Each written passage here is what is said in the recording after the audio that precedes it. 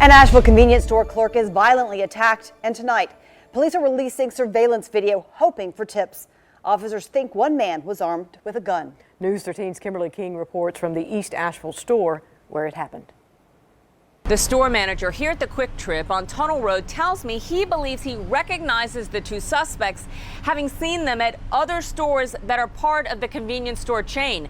This particular store has surveillance cameras all around, both inside and outside, and one of them out here actually caught the suspects taking off. You'll see two individuals come in wearing all black. The two individuals will go behind the clerk's counter. You see a struggle with the clerk, and right before they get off camera, they start to hit him with a firearm. The clerk confronted by one suspect who points the weapon at him. He's a bit traumatized, I'll say that. Adrian Crimiel is the store manager. I don't exactly know them personally by name, but I definitely recognize the two. Outside surveillance shows the suspect pointing the weapon, the manager says, at the clerk, as the second suspect then runs. The people in the store did not want to get involved. Exactly. Detective Sean Parker hopes people recognize the suspect's clothing. One of the individuals has a Champion sweatshirt. The other one has another sweatshirt that says the initials L&R. I mean, I've been robbed, but not at gunpoint. But seeing that happen to him and hearing that happen to him, it's like, you know, is it going to happen to me? He's a co-worker, so, you know, he's family. I spoke with the owner. She says she has owned this store 15 years and has never seen a crime like this go down at this store. And police tonight are asking anyone with information to contact them. You can use your smartphone and text TIP to APD on your smartphone. First tonight, 911 calls reveal new details about the mysterious deaths of 3 Marines stationed in the same unit at Camp Lejeune. Investigators found their bodies at a convenience store in Pender County on Sunday.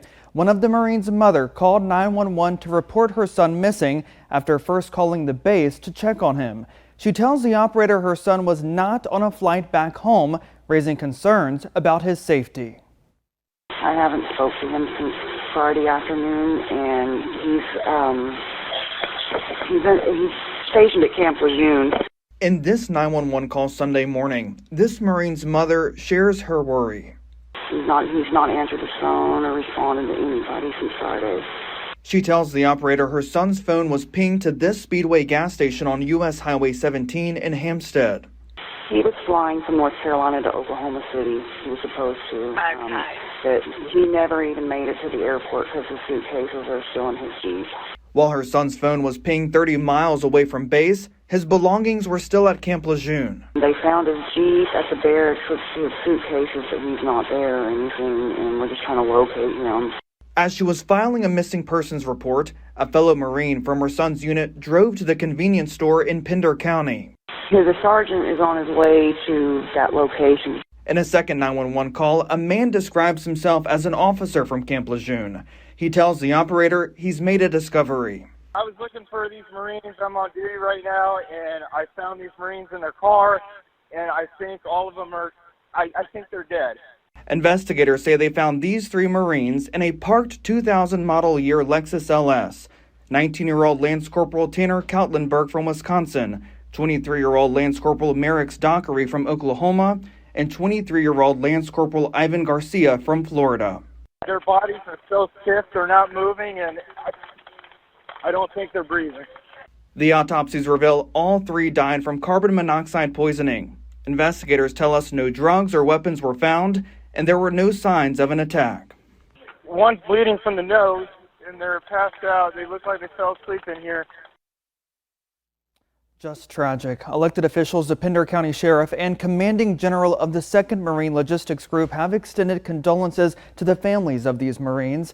At this time, we still do not know why the Marines were there or how carbon monoxide got into the vehicle. Life-saving care that used to be hours away is now right here in Asheville. A burn center is about to open at Mission Hospital. And before that, the closest location was Winston-Salem, more than 100 miles away.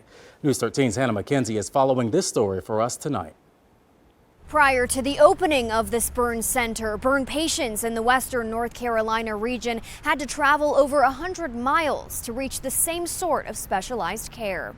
This is all skin graft. This came from my thighs. Amanda West injured in a work explosion August 2021. I was burned 20 I think 23 to 28% of my body, my face, arms, hands, my back, around my back. I have skin grafts on my hands and forearms. Initially sent to the burn center in Augusta, Georgia, West spent 30 days in ICU, followed by 50 days in rehab. Since then, West making multiple trips back each month. I think we've made about 60 trips on and off, back and forth to Augusta. West and other burn victims soon to have a more convenient option for care. Mission Hospital's Burn, Wound, and Hyperbaric Center, a brand new state-of-the-art facility. Opening this center is going to really improve the care of the patients in our community. Dr. Michael Schur, director of the Mission Hospital Burn Center, says the facility is overdue. Initial plans to launch derailed by COVID. From a hospital this large and a community this big, it's a service that we should be providing. And opening up this clinic is really the first step. The whole point of this is to directly impact the health and well-being of our patients and our community. The $7 million investment to feature 14 exam rooms, procedure rooms, physical and occupational therapy, hydrotherapy, and 2 hyperbaric chambers with plans to expand. This is going to be amazing. This is such a blessing for the whole community here. West's usual 16-hour day of care, soon to take about 20 minutes. Time once spent on the road, now shifting focus to recovery. There's lots of therapy to come, a few more surgeries, but smooth sailing. It's a lot smoother than it has been. Last year, Mission Health had no option but to transport about 100 patients to other facilities for treatment. The new burn center will be open at the beginning of August.